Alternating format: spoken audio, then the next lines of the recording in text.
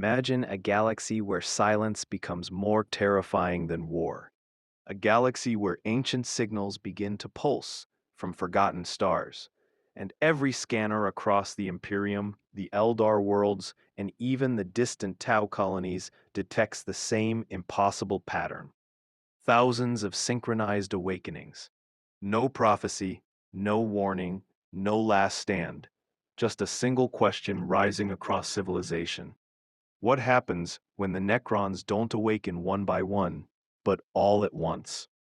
The shift is so sudden, so absolute, that even the oldest species in the galaxy feel a cold, mechanical certainty spreading. The Necrons are not returning, they are reclaiming. And this time, they are not fractured dynasties scattered across isolated tomb worlds. They are a united machine empire, rising simultaneously from 60 million years of slumber, perfectly synchronized, perfectly calculating, and ready to reshape the galaxy into the cold order they once ruled. It begins with the planetary cores of dormant tomb worlds vibrating in harmonic resonance. Hidden pylons activate beneath deserts, oceans, and mountain ranges. Entire continents shift as colossal structures pierce the surface once more, their black stone plating absorbing starlight like a void made solid. Across thousands of systems, the same event repeats with chilling precision. The ground trembles, light flickers, and then stillness. That stillness is shattered by emerald flares as legions of Necron warriors rise from stasis crypts, their metal frames untouched by time. Cryptech networks reconnect instantly, sharing streams of data across light years.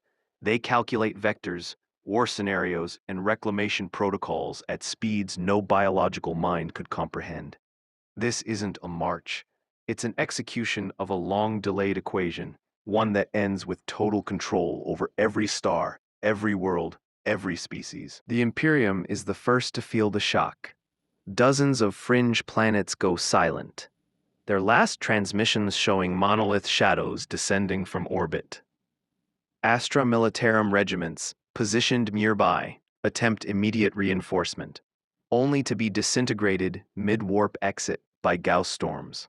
Mechanicus stations detect energy signatures older than their entire order, forcing tech priests into panicked debates. Even the Adeptus Astartes struggle to understand what they're facing. This isn't an invasion. It's a reclamation effort carried out with surgical, mathematical cruelty. Worlds built over ancient tomb sites are stripped of life in hours. Cities collapse under gravitational anchors.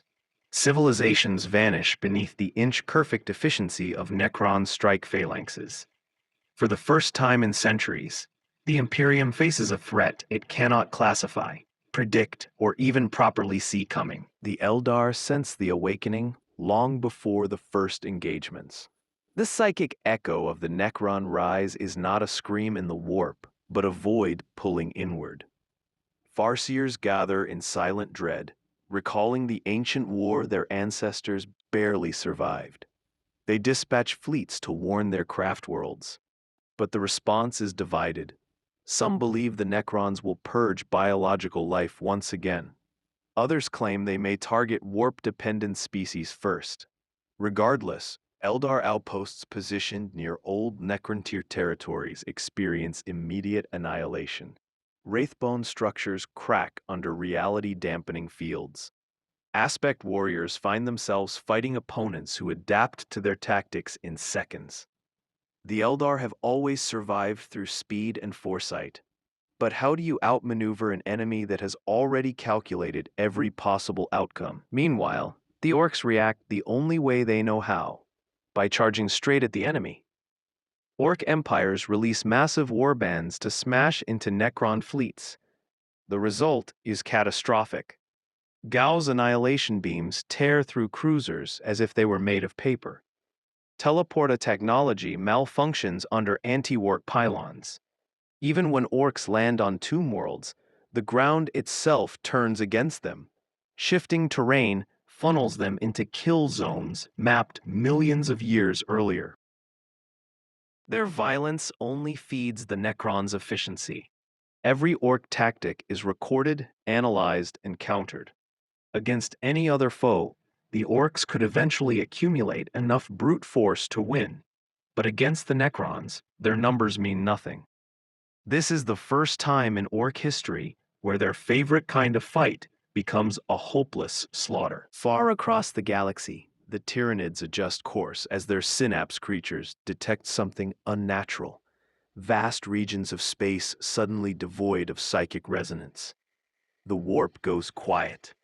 Signals become scrambled.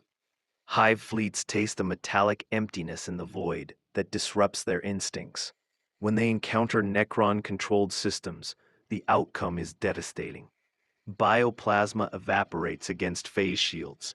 Swarms are atomized by hyper-precise Gauss fire. Worse still, the Necrons are not biomass. They cannot be consumed, processed, or studied by the hive mind. Entire hive fleets lose their strategic advantage simply because they cannot evolve against an enemy that offers no genetic information. It's as if the Tyranids have found their natural counter, an opponent they cannot eat, cannot overwhelm, and cannot adapt to. As the reclamation accelerates, Necron dynasties begin to reconnect through Triarch-regulated conduits. Old rivalries dissolve under the Silent Ruler's directive. For the first time in 60 million years, chains of command align perfectly.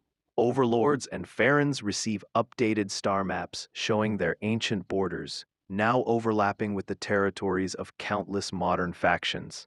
They initiate Reclamation Protocol Sigma, a coordinated operation to retake every world once belonging to their empire. Massive tomb ships drift out of hypersleep, and entire star systems vanish behind emerald barriers.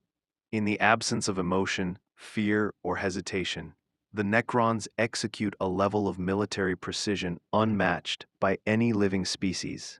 The Silent King's arrival marks the tipping point, his flagship, an impossibly large artifact of impossible engineering, emerges between stars as if phasing through reality itself. He does not speak. He does not negotiate.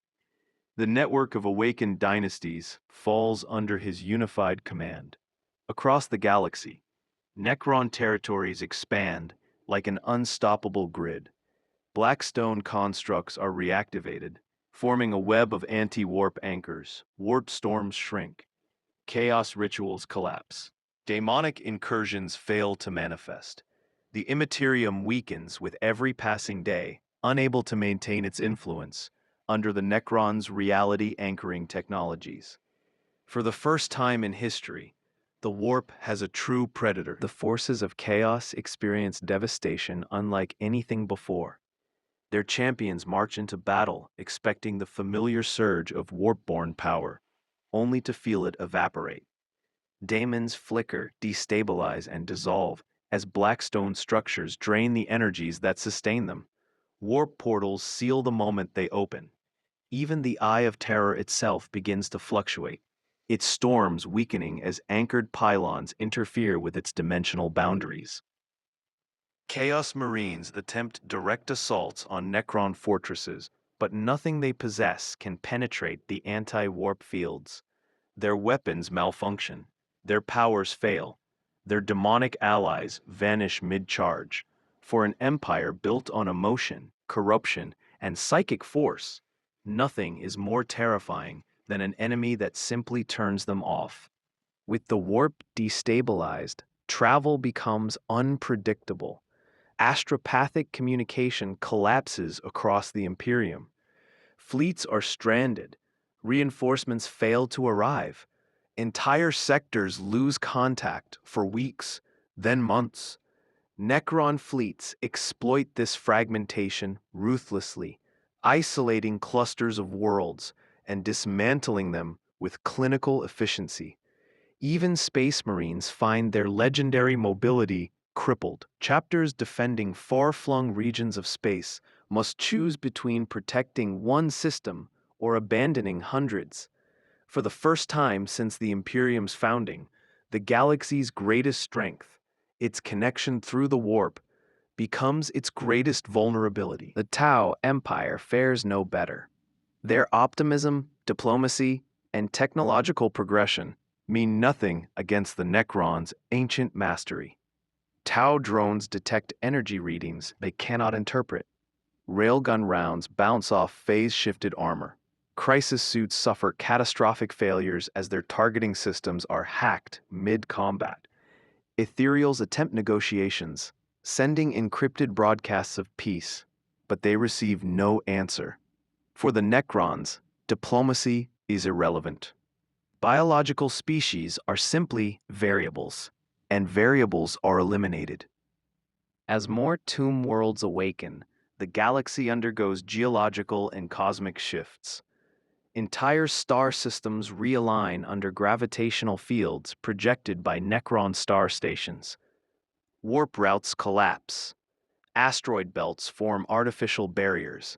Even time distortion events occur in isolated pockets of space, where Necron chronomancers experiment with localized temporal manipulation. To human observers, these events appear supernatural or apocalyptic.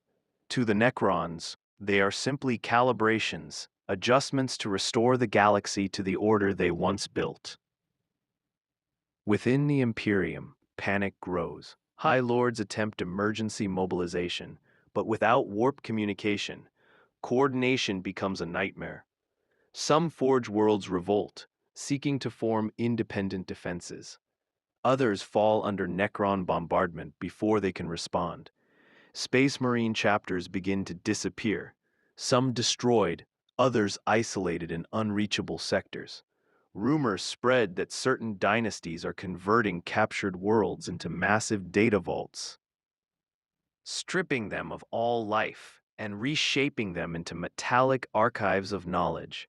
The Imperium has faced extinction before, but never with such quiet inevitability. The Eldar make a desperate attempt to unify their craft worlds, exodite colonies, and corsair fleets into a single alliance. But their ancient tragedies repeat, as factions disagree on strategy. Some attempt direct strikes against dynastic capitals. Others insist on evacuating untainted systems. Their psychic farsight, once their greatest strength, now becomes a liability. The void created by Necron anti-warp fields blinds their visions. Prophecies turn into static. Premonitions become tangled. The Eldar are forced to fight without foresight, and that alone is enough to doom them. In the final phase of the reclamation, the galaxy takes on a new shape.